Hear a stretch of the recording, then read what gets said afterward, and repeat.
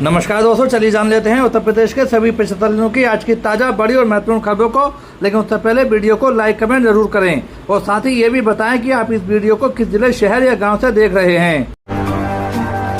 जनगणना में गलत जवाब दिया तो क्या होगा, क्या हो सकती है जेल। गृह मंत्रालय ने जनगणना में पूछे जाने वाले 40 सवालों की एक लिस्ट जारी की है। आइए जानते हैं अगर सवालों का गलत जवाब दिया तो क्या होगा। भारत की 2027 की जनगणना की तैयारी तेजी पकड़ रही है। गृह मंत्रालय ने 39 सवालों की लिस्ट जारी की है जो जनगणना अधिकारी हाउस होल्ड शेड्यूल के तहत परिवारों से पूछेंगे।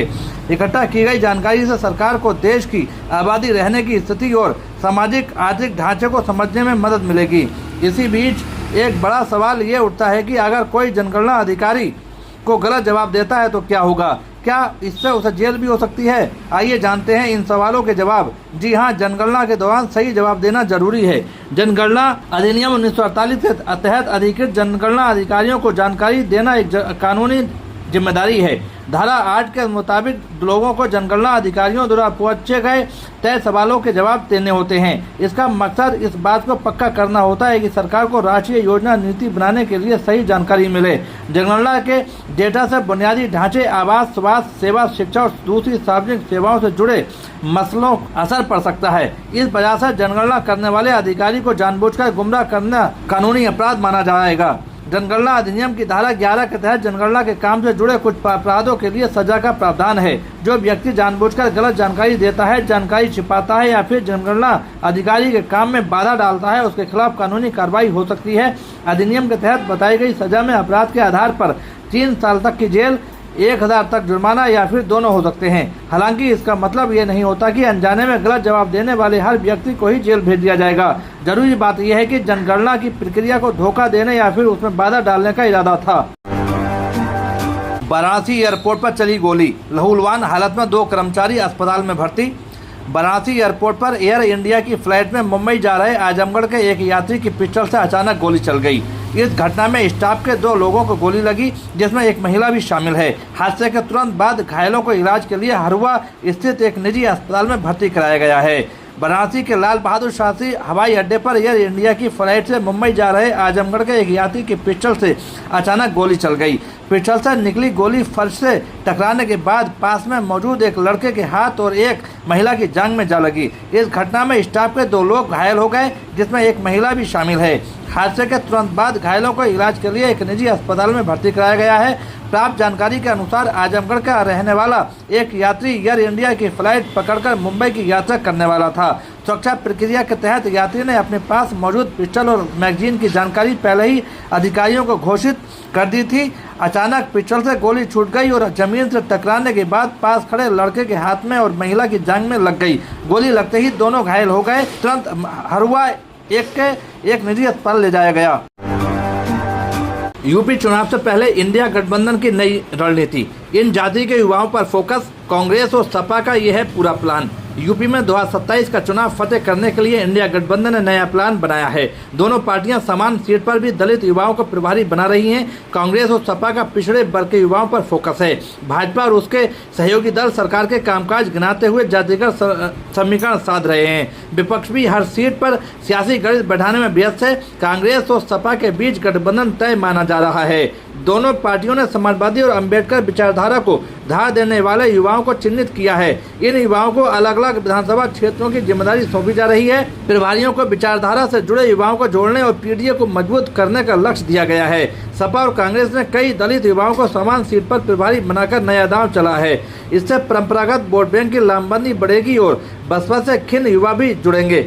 समाजवादी पार्टी ने ऊंचाहार में मनोज पासवान, बाबागंज में शिवशंकर सरोज और कौशाम्बी, फतेहपुर रामकरण निर्मल को जिम्मेदारी दी है। कुंवारे लड़के और उनका परिवार एनसीआर तक लड़कियों की सप्लाई, दूसरी बार की कॉल ने खोल दी चाची की पूरी कहानी। अलीगढ़ में अंतर्राज्यीय मानव तस्करी के कथित नेटवर्क का खुलासा हुआ है। गिरोह पर छत्तीसगढ़, झारखंड से बच्चियां अलीगढ़ लाकर 1 लाख रुपए तक बेचने का आरोप है। एक नाबालिग ने हिम्मत दिखाई तो बच्चियों की खरीद फरोख्त का खेल खुल गया। अलीगढ़ में एक बेसहारा नाबालिग की बहादुरी और सूझबूझ ने अंतर्राज्यीय मानव तस्करी गिरोह के काले कारनामों का पर्दाफाश कर दिया है। टप्पल के मोर गांव से डायल 112 पर आई एक मार्मिक पुकार ने पुलिस को सक्रिय किया और इस घटना ने एक ऐसे गिरोह का खुलासा किया जो आर्थिक रूप से कमजोर बच्चियों को बेहतर भविष्य का सब आग दिखाकर उन्हें खरीद पर के दलदल में धकेल रहा था। इस साहसिक रेस्क्यू ऑपरेशन में पुलिस ने महिला सरगना समेत 5 आरोपियों को गिरफ्तार किया है। 3 नाबालिग बालिकाओं को सुरक्षित मुक्त कराया है। पुलिस की जांच में सामने आया है कि ये गिरोह छत्तीसगढ़, झारखंड और राजस्थान जैसे राज्यों से आर्थिक रूप से कमजोर और बेसहारा बच्चों को निशाना बनाता था। इन मासूमों को पढ़ाई लिखाई और उज्जवल भविष्य का झूठा सपना दिखाकर अलीगढ़ लाया जाता था। इसके बाद उनकी खरीद फरोख्त 70,000 रुपए से लेकर 1 लाख रुपए तक की जाती थी। ये सौदा उन लोगों से होता था जिनकी शादी नहीं हो पा रही थी। पुलिस को इस बात की भी आशंका है कि इन बच्चियों को दिल्ली एनसीआर जैसे इलाकों में घरेलू कामों में भी लगाया जाता था। जबरन शादी, मारपीट और मोबाइल से मदद की गुहार। मामले की शुरुआत तब हुई जब विनोद नामक व्यक्ति ने एक नाबालिग बच्ची की जबरन अपने बेटे से शादी करा दी। आरोप है कि घर में उस बच्ची को लगातार मारपीट और प्रताड़ना करना पड़ रहा था। इस असहनीय पीड़ा से परेशान होकर बच्ची ने एक मौका पाकर घर की बहू का मोबाइल उठाया और उसका पैटर्न लॉक खोल लिया। इसके बाद उसने डायल 112 पर फोन करके अपनी लोकेशन बताई और बंधक बनाए जाने की मार्मिक गुहार लगाई। यूपी चंबल नदी में बही सवारियों से भरी मोटर बोट, 100 से ज्यादा थे सवार, बाल बाल बची लोगों की जान। चंबल नदी में रविवार को बड़ा हादसा होने से टल गया। सवारियों से भरी मोटर बोट नदी में बह गई। मोटर बोट में 100 से अधिक लोग सवार थे। लोगों में चीख पुकार मच गई। मुरैना मध्य प्रदेश के पोरसा क्षेत्र में रविवार सुबह 10 बजे चंबल नदी के बीच यात्रियों से भरी मोटर बोट अचानक बंद हो गई। नगरा साहसपुर घाट से आगरा के बटेश्वर महादेव मंदिर जा रही बोट में 100 से ज्यादा यात्री और 50 बाइकें थी। इंजन बंद होने के बाद मोटर बोट तेज बहाव में बहने लगी, जिससे यात्रियों में अफरा तफरी मच गई। प्रत्यक्षदर्शियों मुताबिक मोटर बोट नगरा साहसपुर घाट के बहा के केंद्रा घाट के लिए चली थी। इस दौरान चंबल नदी की धार के बीच पहुंचते ही उसका इंजन बंद हो गया। मोटर बोट में मौजूद यात्रियों ने डीजल खत्म होने की बात बताई। कुछ के मुताबिक मोटर बोट के पंखे में कपड़ा भी फंस गया था। इंजन बंद होने के बाद मोटर को नियंत्रित करना मुश्किल हो गया और वह पानी के तेज बहाव के साथ बहने लगी। इंजन बंद होने के बाद मोटर बोट नदी की धार के साथ आगे बढ़ती रही। मोटर बोट स्टाफ से उसे नदी के किनारे लाने की कोशिश शुरू की। इसके लिए बल्लियों का सहारा लिया गया, लेकिन चंबल नदी का तेज बहाव और मोटर बोट पर मौजूद यात्रियों व वाहनों की संख्या के कारण उसे नियंत्रित करने में परेशानी सामने आई। काफी प्रयास के बाद भी स्थिति आसान नहीं थी और यात्रियों में डर बना रहा। आखिरकार मोटर बोट को भिंड के कनेरा में रोकने में कामयाबी मिली। तब कहीं जाकर यात्रियों ने राहत की सांस ली। केंद्रा घाट पर खेड़ा, राठौर और बासोनी थाने की पुलिस के साथ पहुंचे वहां के तहसीलदार संपूर्ण कुलशेठ ने हादसे की जानकारी ली। उन्होंने बताया कि कोई हताहत नहीं हुआ है। कमिश्नर आंजनेय कुमार सिंह की प्रतिनियुक्ति खत्म। आजम खान से चर्चा में आए, उन्हीं की कोर्ट में बीबी का भाग। कमिश्नर आंजनेय कुमार सिंह की प्रतिनियुक्ति को लेकर फिर से अटकलों का बाजार गर्म है। इनकी सेवा विस्तार की अवधि शुक्रवार को पूरी हो गई। बीते साल उन्हें 1 साल का सेवा विस्तार मिला था, जिसकी अंतिम तिथि 14 अगस्त की थी। ऐसे में नए आदेश का सभी को इंतजार है। कमिश्नर अवकाश पर चले गए हैं। आंजनेय कुमार सिंह 2005 बैच के सिक्किम कैडर के IAS अफसर हैं। 5 साल की प्रतिनियुक्ति पर प्रदेश आए कमिश्नर का बतौर रामपुर डीएम रहते साल 2020 में पहली बार 1 साल का विस्तार मिला। फिर वह 6 मार्च 2021 को मदावार मंडल के कमिश्नर बने। साल 2021 में दूसरी बार 1 साल के लिए फिर उनका कार्यकाल बढ़ा। 2022 में तीसरी बार, 2023 में चौथी बार कार्यकाल बढ़ा। साल 2026 में 6 माह के लिए 2 बार कार्यकाल बढ़ा। लगातार 6 सेवा विस्तार के बाद बीते साल 2025 जब उनका कार्यकाल खत्म हुआ, 7वीं बार 14 अगस्त तक के लिए उनका कार्यकाल बढ़ा, जो प्रशासनिक नियमों में दुर्लभ मिसाल बना हुआ है।